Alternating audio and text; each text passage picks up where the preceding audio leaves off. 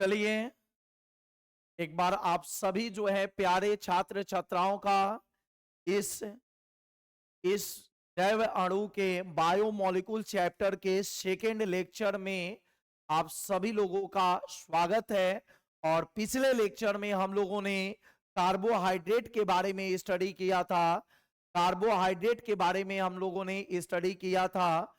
और आज हम लोग जो है लेक्चर टू में ग्लूकोज ग्लूकोज की संरचना, ग्लूकोज की संरचना, ग्लूकोज में कायरल कार्बन की संख्या, ग्लूकोज में कायरल कार्बन की संख्या, ग्लूकोज के ग्लाइकोलाइसिस कराने से उत्पन्न एटीपी के अणुओं की संख्या है। इन सभी चीजों के बारे में आज हम लोग स्टडी करेंगे, पढ़ेंगे। ठीक है, तो एकदम नहीं, आंखों में आंसू नहीं, सपने संजोना है। आंखों में आंसू नहीं आना चाहिए, सपने संजो करके रखना है। ठीक है, सपने संजो करके रखना है बउआ। संदेश कुमार, धीरज कुमार है, एकदम जो है आप लोग बिल्कुल जो है मेहनत कीजिए, मेहनत कीजिए। हम सभी गुरुजनों का आशीर्वाद आप सभी के साथ है। एग्जाम बेहतर जाएगा, घबराना नहीं है। ठीक है, घबराना नहीं है, थकना नहीं है, थकना नहीं है।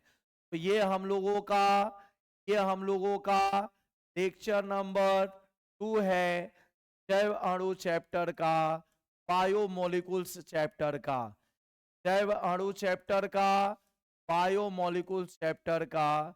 यह जो है लेक्चर नंबर 2 है, बायोमोलिकुल बायोमोलिकुल्स चैप्टर का ये लेक्चर नंबर, ठीक है, बायोमोलिकुल्स चैप्टर का ये लेक्चर नंबर 2 हम लोग पढ़ने जा रहे हैं। अब आप लोग सभी लोग बताइए, इस लेक्चर में हम लोग पढ़ने क्या जा रहे हैं बउआ? तो पिछले क्लास में आप लोगों को मैंने कार्बोहाइड्रेट क्या होता है और उसका वर्गीकरण कैसे किया जाता है, मोनोसेकेराइड में, ओलिगोसेकेराइड में और पॉलीसेकेराइड में, इन सभी चीजों के बारे में हम लोग पढ़े थे। ठीक है, पॉलीसेकेराइड तक हम लोग पढ़े थे। तो इसमें जो है एक बात बता दीजिए कि क्या पॉलीसेकेराइड मीठा होता है कि मीठा नहीं होता है? पॉलीसेकेराइड स्वीट इन टेस्ट होता है कि स्वीट इन टेस्ट नहीं होता है? ठीक है ना, स्वीट बाद में मीठा होता है कि नहीं होता है? तो मैं आप सभी बच्चों को एक बात बता दूं, एक बात मैं आप सभी बच्चों को बता दूं कि पॉलीसेकेराइड जो होता है वह स्वाद में मीठा नहीं होता है, इसलिए उसे हम लोग अशर्करा कहते हैं। उसे हम लोग क्या कहते हैं? अशर्करा कहते हैं। तो पॉलीसेकेराइड स्वाद में मीठा नहीं होता है, पॉलीसेकेराइड स्वाद में मीठा नहीं होता है, पॉलीसेकेराइड स्वाद में मीठा नहीं होता है, स्वाद में मीठा नहीं होता है, पॉलीसेकेराइड स्वाद में मीठा नहीं होता है, नहीं होता है, इसलिए इसलिए इसे अशर्करा कहते हैं, इसलिए इसे अशर्करा कहते हैं। ठीक है, इसलिए इसे अशर्करा कहते हैं, नॉन शुगर कहते हैं। ठीक है, अशर्करा नॉन शुगर कहते हैं। ठीक है, और नॉन शुगर कहते हैं। तो सेकेराइड स्वाद में मीठे होते हैं, सेकेराइड तो सेकेराइड स्वाद में मीठे होते हैं, तो सेकेराइड स्वाद में मीठे होते हैं, मीठे होते हैं। इन्हें इन्हें शर्करा शुगर कहा जाता है, ये शर्करा यानी शुगर कहा जाता है, शुगर कहा जाता है, शुगर कहा जाता है। ठीक है, ठीक है। घरेलू उपयोग में घरेलू उपयोग में आने वाला जो शर्करा होता है वह सुक्रोज होता है। घरेलू उपयोग में आने वाले शर्करा को ग्लूकोज कहते हैं। घरेलू उपयोग में घरेलू उपयोग में आने वाले शर्करा को घरेलू उपयोग में आने वाले शर्करा को घरेलू उपयोग में आने वाले शर्करा को क्या कहते हैं? ग्लूकोज कहते हैं। घरेलू उपयोग में आने वाले शर्करा को क्या कहते हैं बउआ? ग्लूकोज कहते हैं। ठीक है, घरेलू उपयोग में आने वाले शर्करा को सुक्रोज कहते हैं। कोई दिक्कत? इसको जो है बिल्कुल माइंड में रखना है आप सभी बच्चों को, इसको बिल्कुल माइंड में रखना है। घरेलू उपयोग में आने वाले शर्करा को क्या कहा जाता है? ग्लूकोज कहा जाता है। घरेलू उपयोग में आने वाले शर्करा को क्या कहा जाता है? ग्लूकोज कहा जाता है। ठीक है लक्की बाबू, तो चैप्टर वाइज हम लोग ऑब्जेक्टिव कर रहे हैं और सब्जेक्टिव कर रहे हैं। ठीक है, चैप्टर का जो है हम लोग क्या कर रहे हैं, भाई क्वेश्चन और ऑब्जेक्टिव हम लोग कर रहे हैं, सब्जेक्टिव और ऑब्जेक्टिव, वो मॉडल पेपर ही है ना, वहीं से आपका क्वेश्चन आएगा। इसलिए आप दूसरे का कॉपी करने का प्रयास हमसे मत करवाइए। ठीक है, हम आपको जो चैप्टर वाइज ऑब्जेक्टिव और सब्जेक्टिव करवा रहे हैं उससे बाहर आपका क्वेश्चन नहीं आएगा। तो फिर आप लोग क्यों परेशान हो रहे हैं? बहुत ज्यादा जो है लोड क्यों लेना चाह रहे हैं? मैं आपको सही डायरेक्शन में ले जा रहा हूं। एक केमिस्ट्री जो है ऐसा सब्जेक्ट है जिसमें बच्चों को परेशानियां रहती है। तो जितने कम लोड जो है आप लेकर के चलिएगा, तो आपको पढ़ाया गया है ऑब्जेक्टिव और सब्जेक्टिव, उससे उस चैप्टर में से बाहर आएगा ही नहीं। ठीक है, बहुलक अभी हमने जो आपको ऑब्जेक्टिव और सब्जेक्टिव कराया, इससे बाहर क्वेश्चन नहीं रहेगा। एमीन आपको जो हमने ऑब्जेक्टिव सब्जेक्टिव कराया, इससे बाहर नहीं रहेगा। अल्डिहाइड कीटोन कार्बोक्सिलिक अम्ल हमने आपको जो ऑब्जेक्टिव सब्जेक्टिव कराया, इससे बाहर नहीं रहेगा।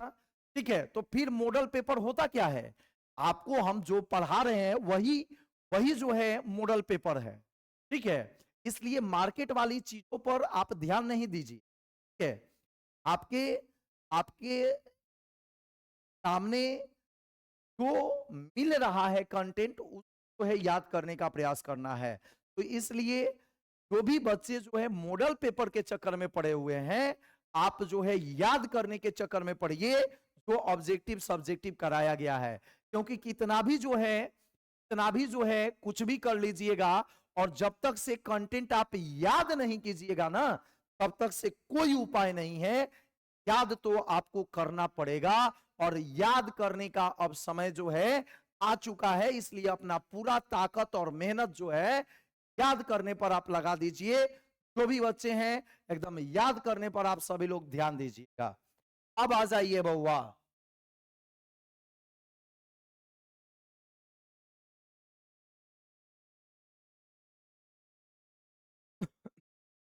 अब ध्यान दीजिए। अब हम लोग आगे बढ़ रहे हैं। तो इसके बाद जो है कल हमने आप लोगों को बताया था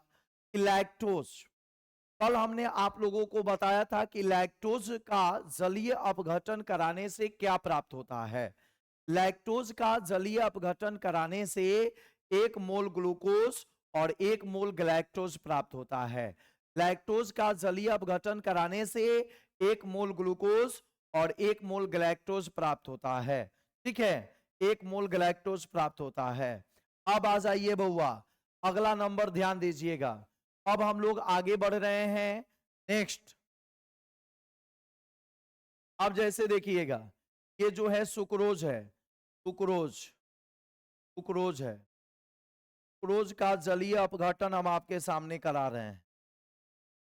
सुक्रोज का जलीय अपघटन आपके सामने हम करा रहे हैं। जलीय अपघटन को हम लोग क्या बोलते हैं? हाइड्रोलाइसिस। जलीय अपघटन को हम लोग क्या बोलते हैं? हाइड्रोलाइसिस। हाइड्रोलाइसिस बोलते हैं। सुक्रोज का फॉर्मूला क्या होता है? 12H/O11, 12H/O11। ठीक है, 12H/O11। जलीय अपघटन किसकी उपस्थिति में होगा? H+ की उपस्थिति में होगा।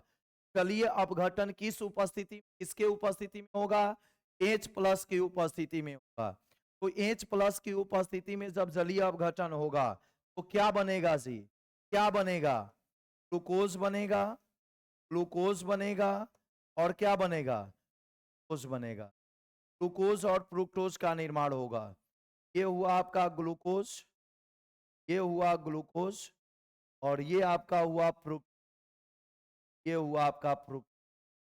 तो जब सुक्रोज का हम लोग जलीय अपघटन कराते हैं, ये H+ का मतलब अम्लीय माध्यम में किसी अम्ल की उपस्थिति है जलीय अपघटन कराया जाएगा तो 1 मोल ग्लूकोज बनेगा और 1 मोल फ्रुक्टोज बनेगा। ठीक है। और इसी प्रकार जब हम लोग लैक्टोज का जलीय अपघटन कराते हैं तो कल हमने बताया था कि 1 मोल गलैक्टोज बनता है और 1 मोल ग्लूकोज बनता है। तो गलैक्टोज का भी वही फॉर्मूला होता है, गलैक्टोज का भी वही फॉर्मूला होता है। गलैक्टोज का भी फॉर्मूला क्या होता है? C6H12O6। ठीक है, C6H12O6 यही जो है गलैक्टोज का भी फॉर्मूला होता है। ठीक है ना, तो याद रखना है। और माल्टोज के जलीय अपघटन कराने से 2 मोल ग्लूकोज प्राप्त होता है। माल्टोज के जलीय अपघटन कराने से 2 मोल ग्लूकोज प्राप्त होता है। अब आ जाइए बउआ, अब हम लोग चल रहे हैं ग्लूकोज के संरचना की तरफ और कायरल कार्बन की तरफ। ग्लूकोज की संरचना एवं कायरल कार्बन की संख्या, ग्लूकोज की संरचना एवं कायरल कार्बन की संख्या, ग्लूकोज की संरचना, ग्लूकोज की संरचना एवं एवं कायरल कार्बन की संख्या की संरचना एवं कायरल कार्बन की संख्या। ठीक है, ग्लूकोज की संरचना एवं कायरल कार्बन की structure of glucose, structure of structure of glucose and number of chiral carbon, number of chiral carbon, structure of glucose and number of chiral carbon, number of chiral carbon. ठीक है, तो एकदम ध्यान देना है। मैं market के लोगों का कॉपी नहीं करता हूं, बशर्ते जो है मैं अपने एक अलग पैटर्न से बच्चों को पढ़ाता हूं। और यही रीजन है कि हमारे बच्चे का जो है केमिस्ट्री मार्क्स सबसे जो है हाई रहता है और हाई आता है। ठीक है, तो मैं एक अलग पैटर्न से बच्चे को जो है पढ़ाता हूं। ठीक है, एक अलग जो है गाइडेंस उनको देता हूं और उस पैटर्न पर अगर आप चलिएगा, ठीक है, मेरे कहे हुए बातों को फॉलो कीजिएगा तो उस हायर परसेंटेज वाले लिस्ट में आप भी शामिल होइएगा। ठीक है, तो हायर परसेंटेज वाले लिस्ट में आप भी शामिल होइएगा। ठीक है, तो इस बात का जो है आपको ध्यान रखना है। चलिए ध्यान दीजिएगा। चलिए कुछ क्लास करने के बाद जो है मैं आपको जो है रिजल्ट का क्लास जो है दिखाता हूं, देर आप वेट। तो ग्लूकोज की संरचना एवं कायरल कार्बन की संख्या, structure of glucose and number of chiral carbon. तो आइए स्ट्रक्चर पर ध्यान दीजिएगा बउआ। देखिए एक सिंपल स्ट्रक्चर होता है ग्लूकोज, एचओ, एचओ, एचओ का होल 4, एचओ, एचओ का होल 4 और सी। ठीक है, यह भी जो है आपका ग्लूकोज का यह फल संरचना है। इस संरचना का उपयोग जो है अभिक्रिया में किया जाता है। और इसको जो है थोड़ा अगर विस्तार रूप में संरचना बनाना हो, डबल बॉन्ड ओ ए, ओ ए, ओ ए, ओ ए है, तो डबलिया दीजिए, डबलिया दीजिए एच, और नीचे क्या लगा दीजिए H2 लगा दीजिए सी है। तो यह भी जो है आपका ग्लूकोज, यह भी ग्लूकोज, यह भी आपका ग्लूकोज। ठीक है। अब जो है काइरल कार्बन की, काइरल कार्बन की, काइरल कार्बन को जो है, काइरल कार्बन को हम लोग स्टार द्वारा सूचित करते हैं। काइरल कार्बन को हम लोग सी स्टार द्वारा सूचित, काइरल कार्बन को हम लोग स्टार द्वारा सूचित करते हैं। ठीक है ना, स्टार द्वारा सूचित करते हैं। ठीक है, हाँ एकदम जो है इस बार ला देना है, दिखा देते हैं आप लोगों को। ठीक है, रिजल्ट आप लोगों को दिखा देते हैं और एकदम उसी पैटर्न पर चलना है। ठीक है, पैटर्न पर चलना है। तो ये सब हम लोगों के अनुभव का कमाल है। ठीक है ना, तो हम लोग जो हैं, हम लोग जो है एक बेहतरीन पैटर्न से आप लोगों को चला रहे हैं और उसी पैटर्न से आप लोग चलिए। मार्केट के भागम भाग और दिखावे वाली चीजों के, चौकाचंद वाली चीजों से कोई फायदा नहीं है। इसलिए एकदम जो है, हाँ एकदम जो है ऑब्जेक्टिव सब्जेक्टिव जो किया जा रहा है, जो समझाया जा रहा है, उसको एकदम कंप्लीट करना है। काइरल कार्बन किसे कहते हैं? वह कार्बन, वह कार्बन,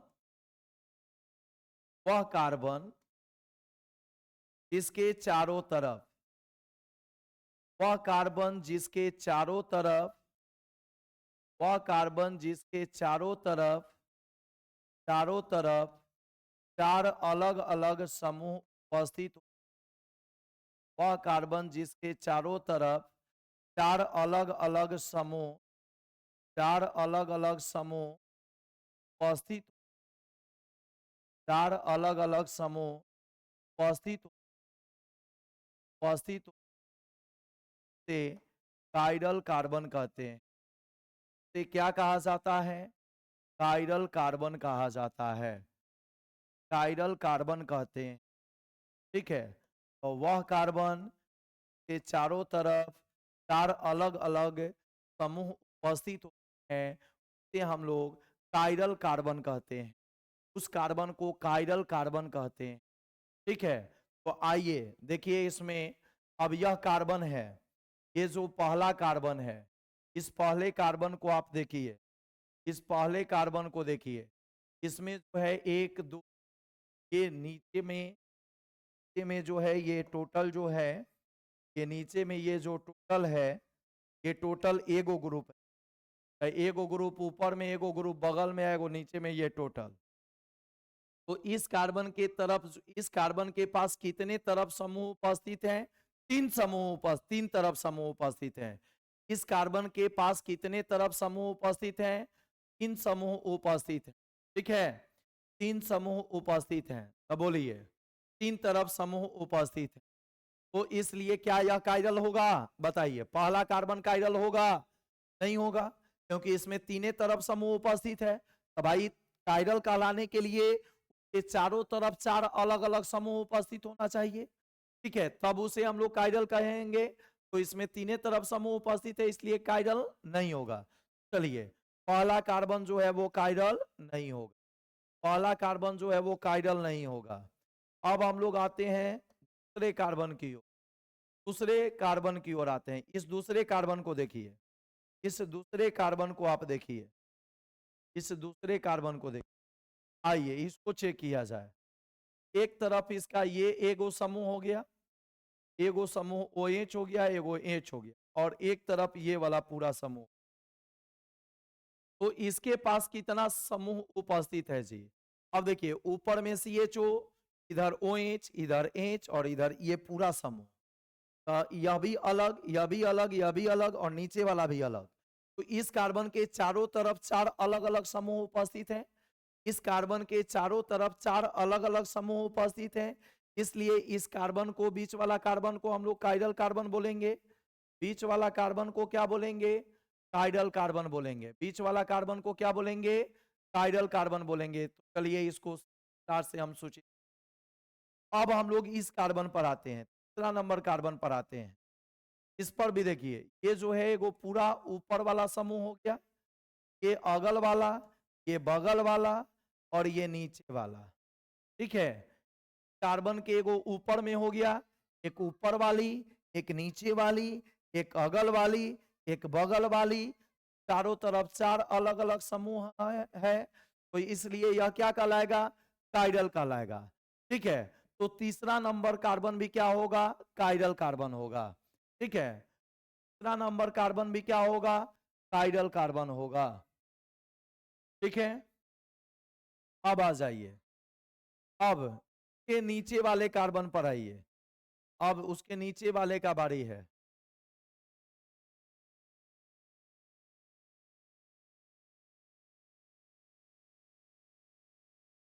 ये भी काइडल कार्बन हो गया। अब उसके नीचे वाले कार्बन पर आइए, के नीचे वाले कार्बन पर आइए। तो यहां से ऊपर में, कार्बन के ऊपर में ये पूरा समूह एक अलग समूह है। ठीक है, चलिए कोई बात नहीं, बाद में ही कर लीजिए। और इधर देखिए, एगो अगल वाली, एगो बगल वाली, या एगो नीचे वाली, एक ऊपर वाली, एक नीचे वाली, एक अगल वाली, एक बगल वाली, चारों तरफ चार, चारों तरफ चार अलग अलग प्रकार की समूह उपस्थित हैं। चारों तरफ चार अलग अलग प्रकार के समूह उपस्थित हैं। तब बोलिए, बोलिए जी बोलिए, ये काइरल कार्बन होगा ना होगा? बोलिए ना जी, होगा ना जी? तो ये बिल्कुल होगा जी। ठीक है, ये बिल्कुल होगा। ये हम लोग काइरल कार्बन बोलेंगे, ये हम लोग काइरल कार्बन क्या करेंगे? बोलेंगे। ठीक है, ये हम लोग काइरल कार्बन बोलेंगे, यह भी काइरल होगा। अब इस नीचे वाले कार्बन को देखिए, इस नीचे वाले कार्बन को देखिए, तो ये पूरा इसका ऊपर का समूह हो गया, अगल में एच, बगल में ओ एच, ये नीचे वाला सी एच ओ एच, चार गो अलग अलग समूह इसके पास भी है, इसलिए यह भी जो है काइरल कार्बन कहलाएगा। यह भी जो है क्या कहलाएगा? काइरल कार्बन कहलाएगा। अब बोलिए, यहाँ काइरल कार्बन की संख्या कितनी है? ग्लूकोज में काइरल कार्बन की संख्या कितनी? ग्लूकोज में, ग्लूकोज में काइरल कार्बन, ग्लूकोज में काइरल कार्बन यानी C स्टार की संख्या 4 है। ग्लूकोज में काइरल कार्बन यानी C स्टार की संख्या कितनी? 4 है। ग्लूकोज में काइरल कार्बन यानी C स्टार की संख्या कितनी है? 4 है। काइरल कार्बन C स्टार की संख्या कितनी है बउआ? 4 है। ठीक है ना?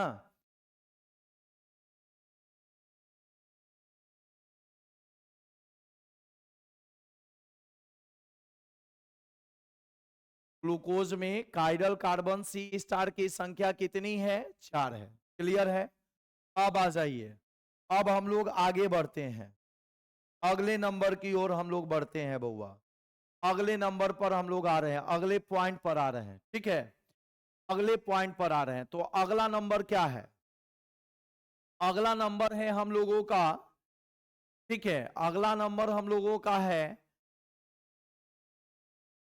कि ग्लूकोज का अगर हम लोग ग्लाइकोलाइसिस कराते हैं, ग्लूकोज का क्या कराते हैं? ग्लाइकोलाइसिस कराते हैं, निर्मित एटी अणु की संख्या कितनी होती है? कोई बताएगा जी? जल्दी से आप लोग बताइए कमेंट सेक्शन में कि ग्लूकोज का ग्लाइकोलाइसिस कराने से निर्मित एटीपी अणु की संख्या कितनी? ठीक है, ग्लूकोज का ग्लाइकोलाइसिस कराने से, ग्लूकोज का ग्लाइकोलाइसिस कराने से, ग्लाइकोलाइसिस कराने से निर्मित, ग्लाइकोलाइसिस कराने से, कराने से निर्मित एटीपी अणु की संख्या, एटीपी अणु, एटीपी अणु की संख्या, एटीपी अणु की संख्या 8 होती है। ठीक है, एटीपी अणु की संख्या कितनी होती है? 8 होती है। तो ग्लूकोज का ग्लाइकोलाइसिस कराने से निर्मित एटीपी अणु की संख्या कितनी होती है? 8 होती है। ठीक है, 8 होती है। याद आ गया आप सभी लोग को? कायरल कार्बन कितना? 4। कायरल कार्बन कितना? 4।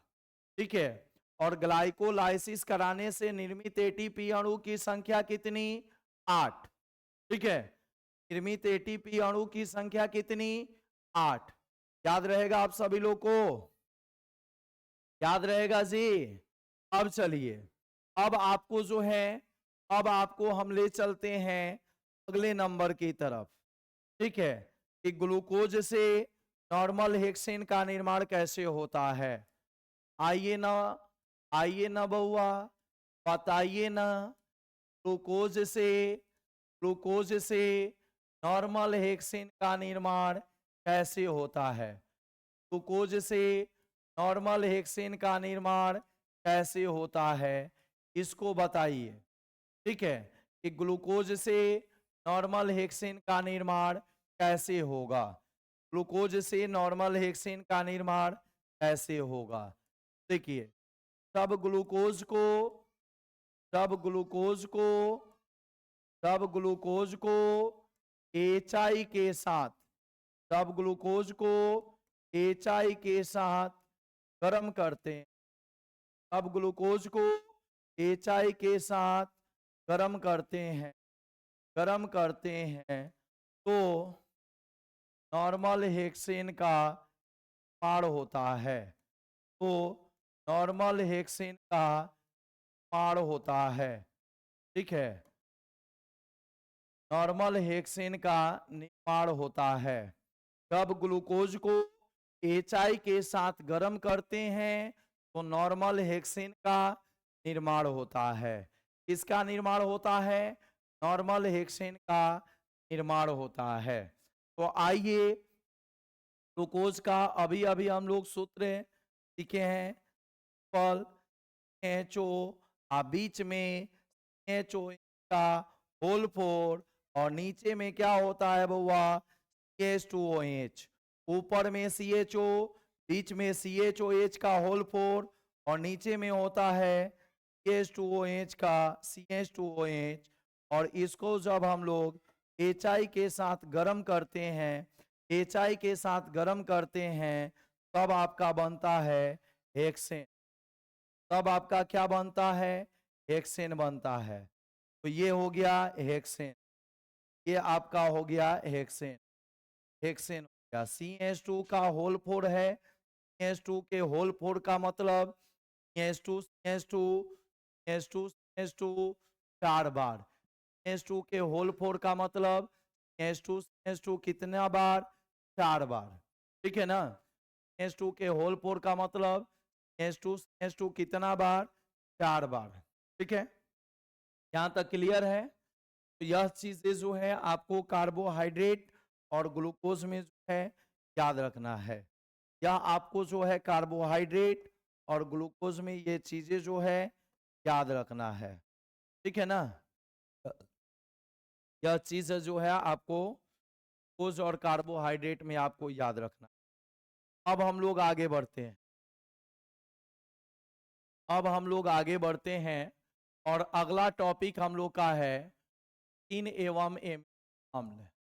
अगला नंबर जो हम लोग का है वह प्रोटीन एवं एमिनो अम्ल एवं एमिनो अम्ल टॉपिक। प्रोटीन एवं एमिनो अम्ल एंड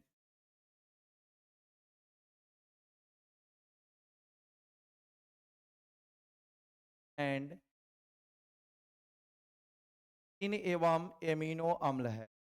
ठीक है, ये जो टॉपिक है हम लोगों का प्रोटीन एवं एमिनो अम्ल है। तो जैसे कार्बोहाइड्रेट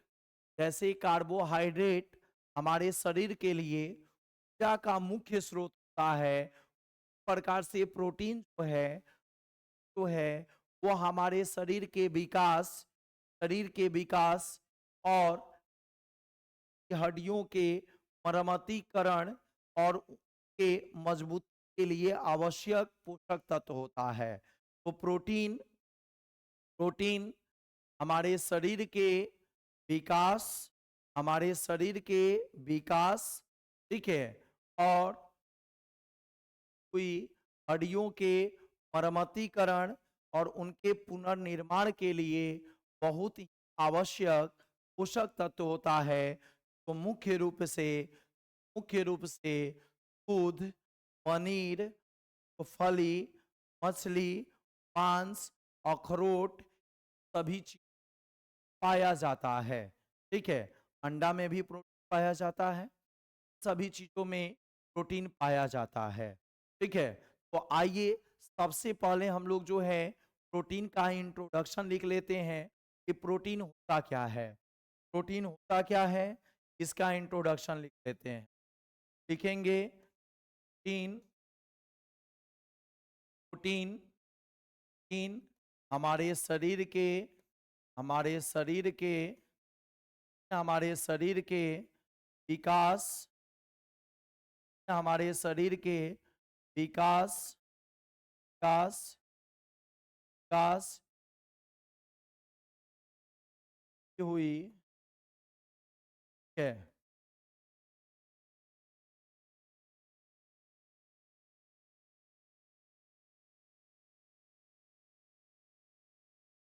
प्रोटीन हमारे शरीर के विकास एवं की की हुई की हुई हड्डियों हड्डियों के नवनिर्माण नवनिर्माण नवनिर्माण नवनिर्माण के लिए एक आवश्यक पोषक तत्व है। के लिए एक आवश्यक पोषक तत्व है। के लिए एक आवश्यक पोषक तत्व है। ठीक है, तो प्रोटीन हमारे शरीर के विकास एवं टूटी हुई हड्डियों के पुनर्निर्माण के लिए एक आवश्यक पोषक तत्व है। एक आवश्यक पोषक तत्व है। एक आवश्यक पोषक तत्व है। यह मुख्य रूप से यह मुख्य रूप से दूध दूध पनीर दूध पनीर फली फली अंडा मांस मछली मछली इटी पाया जाता है पाया जाता है। अब आ जाइए, ये तो हो गया प्रोटीन के बारे में इंट्रोडक्शन। ये तो हो गया प्रोटीन के बारे में इंट्रोडक्शन। ये तो हो गया प्रोटीन के बारे में इंट्रोडक्शन। अब जो है प्रोटीन का डिफिनीशन क्या है। प्रोटीन का डिफिनीशन क्या है। यह अल्फा एमिनो अम्ल का बहुलक होता है। प्रोटीन जो होता है अल्फा एमिनो अम्ल का बहुलक होता है। इसमें अल्फा एमिनो अम्ल जो होते हैं वो एक दूसरे से एमाइड बंधन द्वारा जुड़े होते हैं और यह पॉलीपेप्टाइड पॉलीपेप्टाइड अल्फा एमिनो का बंधन होता है। पॉलीपेप्टाइड बंधन का मतलब हो गया पॉलीपेप्टाइड बंधन का मतलब हो गया इसमें बहुत से अल्फा एमिनो अम्ल एक दूसरे से जुड़े होते हैं पेप्टाइड आबंध द्वारा। यानी हम लोग बोल सकते हैं कि प्रोटीन जो होता है वो अल्फा एमिनो अम्ल का बहुलक होता है। प्रोटीन जो होता है वह अल्फा एमिनो अम्ल का बहुलक होता है। प्रोटीन अल्फा एमिनो अम्ल का बहुलक होता है, जिसमें बहुत से अल्फा एमिनो अम्ल जिसमें बहुत से अल्फा एमिनो अम्ल एक दूसरे से एक दूसरे से पॉलीपेप्टाइड आबंध द्वारा जुड़े होते हैं, एक दूसरे से पॉलीपेप्टाइड आबंध द्वारा जुड़े होते हैं। तो आइए हम लोग लिखेंगे कि प्रोटीन प्रोटीन प्रोटीन बहुत से, या हम लोग ऐसे लिख दें कि प्रोटीन अल्फा एमिनो अम्ल का बहुलक होता है। प्रोटीन अल्फा एमिनो अम्ल का बहुलक होता है। इन अल्फा एमिनो अम्ल का बहुलक होता है, बहुलक होता है, बिल्कुल सही। 100 से अधिक अल्फा एमिनो अम्ल इसमें जुड़े रहते हैं। प्रोटीन अल्फा एमिनो अम्ल का बहुलक होता है, बहुलक होता है, जिसमें इसमें इसमें 100 से अधिक, बहुत से यानी 100 से अधिक, 100 से अधिक अल्फा एमिनो अम्ल, अल्फा एमिनो अम्ल एक दूसरे से एक दूसरे से एक दूसरे से पॉलीपेप्टाइड आबंध द्वारा, पॉलीपेप्टाइड आबंध, पॉलीपेप्टाइड आबंध, पॉली का मतलब हो गया अनेक, पॉली का मतलब हो गया अनेक, यानी इसमें पेप्टाइड आबंध की संख्या अनेक होती है। और पेप्टाइड आबंध किसे कहते हैं? तो एनएच आबंध को। तो प्रोटीन अल्फा एमिनो अम्ल का बहुलक होता है, जिसमें 100 से अधिक अल्फा एमिनो अम्ल एक दूसरे से पॉलीपेप्टाइड आबंध द्वारा, पॉलीपेप्टाइड आबंध द्वारा, पॉलीपेप्टाइड आबंध द्वारा जुड़े होते हैं, पॉलीपेप्टाइड आबंध द्वारा जुड़े होते हैं, जुड़े होते हैं, जुड़े होते हैं। ठीक है।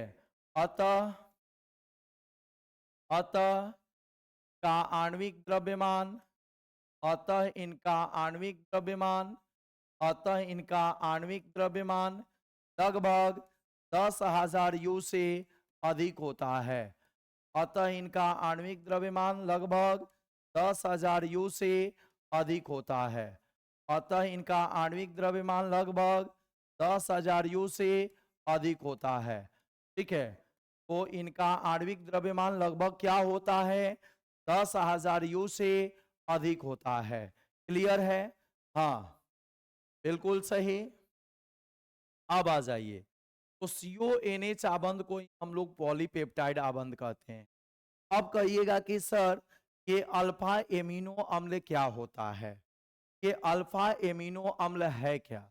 तो आइए समझ लीजिए, समझ लीजिए अल्फा एमिनो अम्ल के बारे में।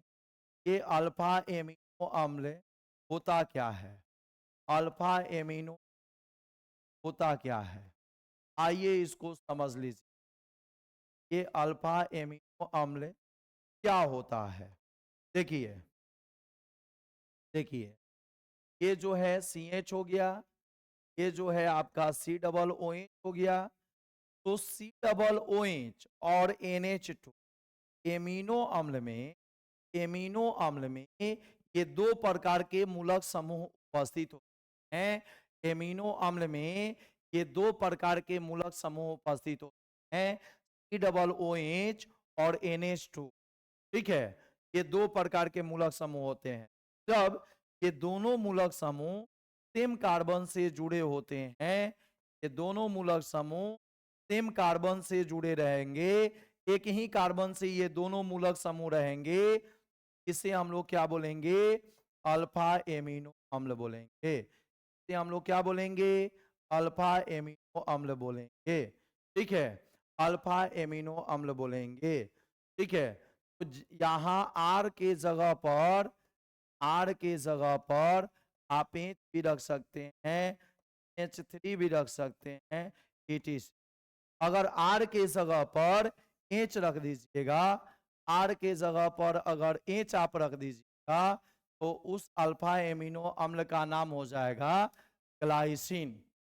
ठीक है, तो आइए एग्जाम्पल नंबर ए। ठीक है, ग्लाइसिन। ग्लाइसिन एक प्रकार का अल्फा एमिनो अम्ल होता है। ग्लाइसिन होता है वो एक प्रकार का क्या है, अल्फा एमिनो अम्ल है। तो आर के जगह पर हम लोग क्या रख देंगे, एच।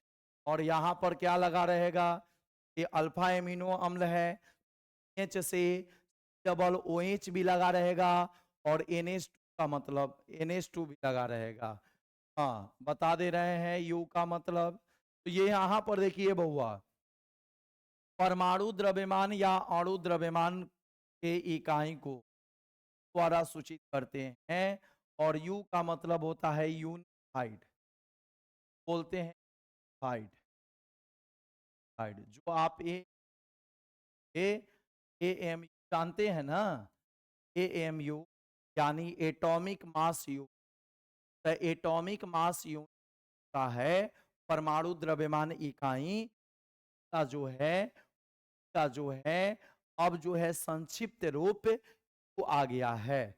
ठीक है, तो आप जो एटॉमिक मास यूनिट जानते हैं का अब संक्षिप्त रूप वो आ गया है। AMU को अब जो है शटकट रूप में लिखते हैं, मतलब यूनिफाइड। तो देखिए आर के जगह पर एच रख दिया गया और सी एच से डबल ओ एच और NH2। इसको आप ऐसे भी लिख सकते हैं, NH2 डबल ओ एच और N। क्या हो गया, ग्लाइसिन। ग्लाइसिन। एक और एग्जांपल लेते हैं अल्फा एमिनो अम्ल का, इलानीन। एक और एग्जांपल ले लेते हैं अल्फा एमिनो अम्ल का, इलानीन। और यह दोनों अल्फा एमिनो अम्ल का सूत्र याद रखिएगा। तो इलानीन कब बनेगा, तब आर के जगह पर क्या होगा, एसिड। तब आर बराबर, आर के जगह पर क्या रखेंगे, सी, इलानीन बन जाएगा। और ग्लाइसिन कब बना, तब आर बराबर क्या रहा, एच। तब आर बराबर क्या रहा, एच। आर के जगह पर क्या रखे, एस, तो ग्लाइसिन बना। और आर के जगह पर जब हम लोग क्या रख देंगे, एसिड, तब आर के जगह पर क्या रख देंगे, एसिड, क्या बन जाएगा, एलानीन बन जाएगा। क्या बन जाएगा, एलानीन बन जाएगा।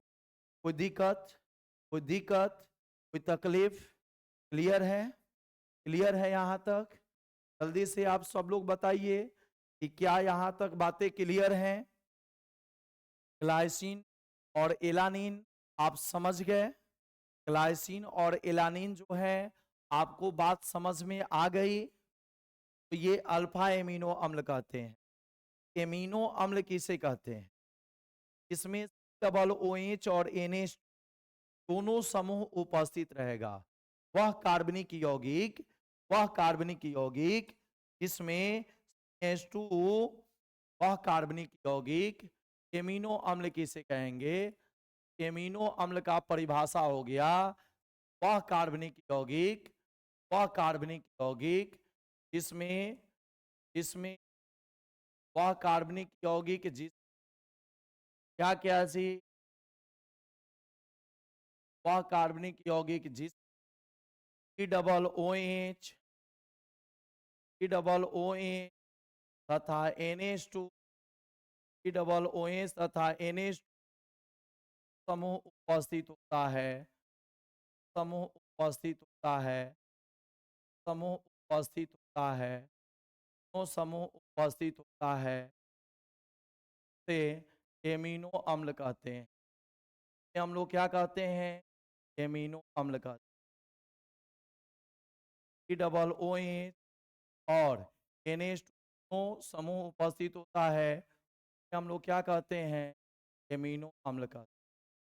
दिक्कत क्लियर है, क्लियर है यहाँ तक? इसमें NH2 और COOH समूह उपस्थित रहेगा, वह क्या कहलाएगा, एमिनो अम्ल कहलाएगा। वह क्या कहलाएगा, एमिनो अम्ल कहलाएगा। ठीक है, और अल्फा एमिनो अम्ल किसे कहते हैं, जब COOH और NH2, जब COOH और NH2 दोनों समान कार्बन से जुड़ा रहेगा उसे हम लोग अल्फा एमिनो अम्ल कहेंगे। उसे हम लोग क्या बोलेंगे? अल्फा एमिनो अम्ल कहेंगे। अब आ जाइए, आवश्यक और अनावश्यक एमिनो अम्ल क्या होता है? आवश्यक एवं अनावश्यक एमिनो अम्ल क्या होता है? आवश्यक एवं अनावश्यक एमिनो अम्ल क्या है? आवश्यक एवं अनावश्यक एमिनो अम्ल क्या है? ठीक है, essential and non essential amino acid क्या है? Essential and non essential amino क्या है? Essential and non essential amino acid क्या है?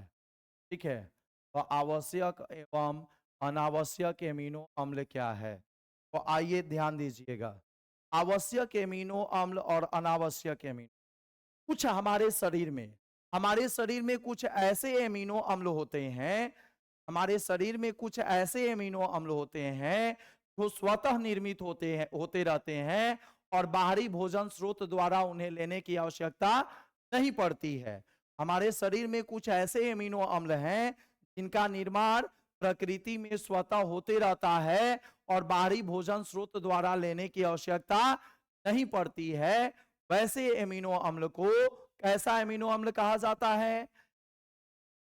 वैसे एमिनो अम्ल जिनका निर्माण हमारे शरीर में स्वतः होते रहता है और बाहरी भोजन स्रोत द्वारा उन्हें लेने की आवश्यकता नहीं पड़ती है, वैसे एमिनो अम्ल को कैसा एमिनो अम्ल कहते हैं? जल्दी से बता दीजिए, बस लकी, जल्दी से आप लोग कमेंट में बताइए, कैसा एमिनो अम्ल कहते हैं जिन्हें बाहरी भोजन स्रोत द्वारा लेने की जरूरत नहीं पड़ती है? जल्दी से आप लोग कमेंट सेक्शन में बताइए, कैसा एमिनो अम्ल कहेंगे?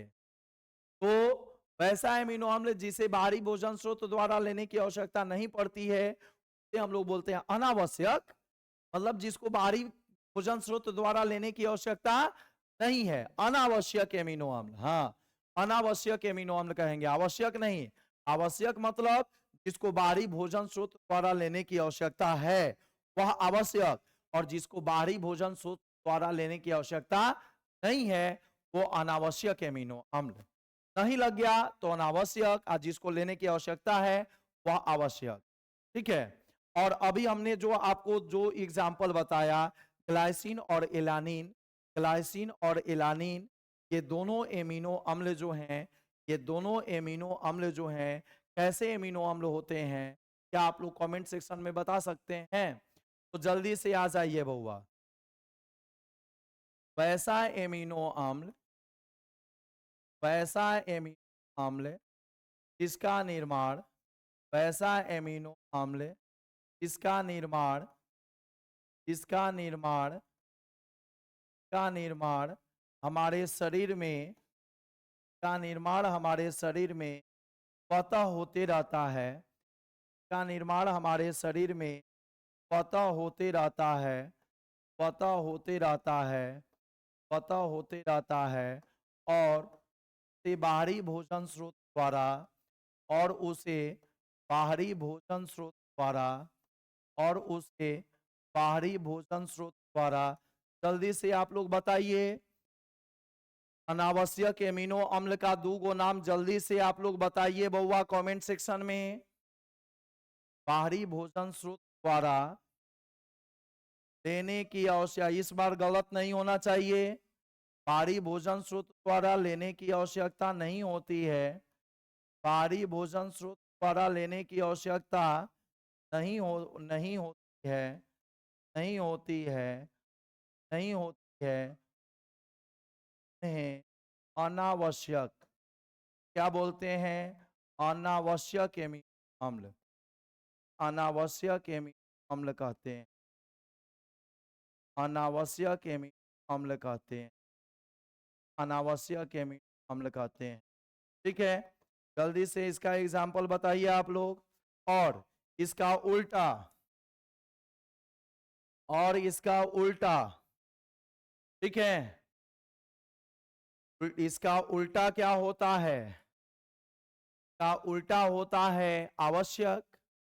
क्या आवश्यक में क्या लिखेंगे?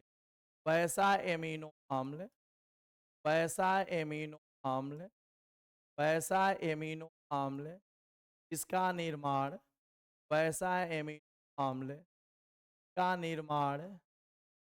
निर्माण हमारे शरीर में, का निर्माण हमारे शरीर स्वतः नहीं होता है, का निर्माण हमारे शरीर स्वतः नहीं होता है, स्वतः नहीं होता है। और और के और उसके बाहरी भोजन के द्वारा, और उसे बाहरी भोजन के स्रोत द्वारा, बाहरी भोजन के द्वारा लेने की आवश्यकता पड़ती है। बाहरी के भोजन के द्वारा लेने की आवश्यकता पड़ती है।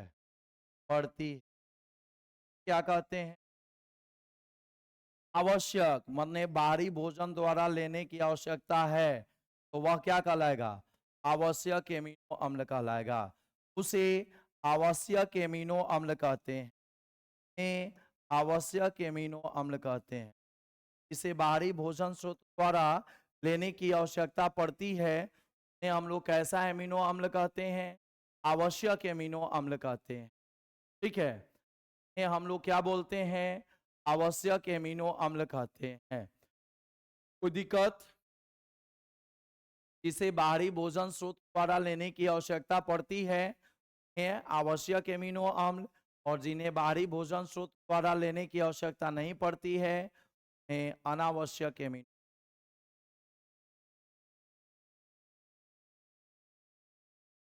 ठीक है, चलिए अभी तक जो है किसी भी बच्चे का जो है सैंपल के लिए सैंपल नहीं आ पाया है, किसी भी बच्चे का कमेंट सेक्शन में सैंपल नहीं आ पाया है।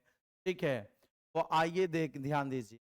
तो वैसा एमिनो अम्ल जिसका निर्माण हमारे शरीर में स्वतः होते रहता है और उसे बाहरी भोजन स्रोत द्वारा लेने की आवश्यकता नहीं होती है, उन्हें अनावश्यक एमिनो अम्ल कहते हैं। तो आपको जो हमने जो दोनों एग्जाम्पल बताया है, कौन कौन, अभी आप लोगों को मैंने एग्जाम्पल आप लोगों को बताया है, कौन कौन बताया है? जल्दी से आप लोग कमेंट से बताइए। अल्फा एमिनो अम्ल का 2 एग्जाम्पल, अल्फा एमिनो अम्ल का 2 एग्जाम्पल मैंने आप लोगों को बताया है। एक बताया है ग्लाइसिन और दूसरा बताया है एलानिन। एक बताया है ग्लाइसिन और दूसरा क्या बताया है? एलानिन। ग्लाइसिन और एलानिन, ये जो ग्लाइसिन और एलानिन होते हैं, ये ग्लाइसिन और जो एलानिन होते हैं, ये आपके कैसे एमिनो अम्ल है? आवश्यक या अनावश्यक?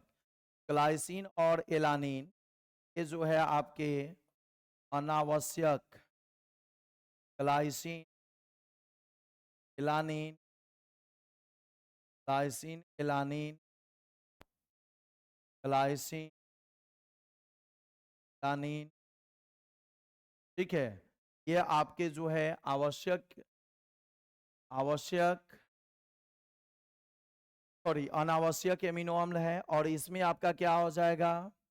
वैलिन,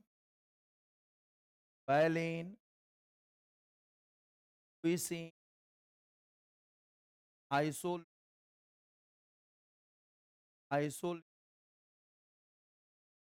है, लाइसिन।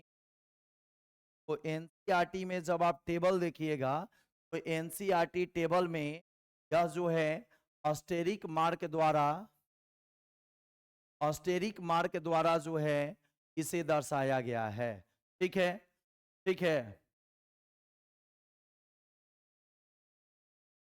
ये अस्टेरिक मार्क द्वारा जो है दर्शाया गया है। कोई दिक्कत है? तो ये स्टार मार्क द्वारा जो है इसे दर्शाया गया है आवश्यक एमिनो अम्ल को। तो वैलिन हो गया, ल्यूसिन हो गया, आइसोल्यूसिन हो गया, लाइसिन हो गया, और इसमें जो है ग्लाइसिन हो गया, एलानिन हो गया। तो ये जो है आवश्यक और अनावश्यक एमिनो अम्ल जो है, आवश्यक और अनावश्यक एमिनो अम्ल आप सभी लोग जो है यहाँ तक जो है कंप्लीट कर लीजिए।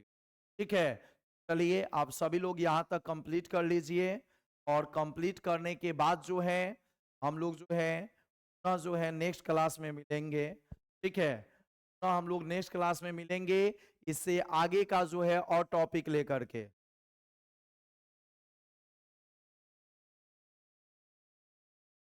ठीक है, इसके आगे का जो है और सारा टॉपिक हम लोग ले करके और हम लोग मिलेंगे। ठीक है बउआ, रिजल्ट के बारे में एक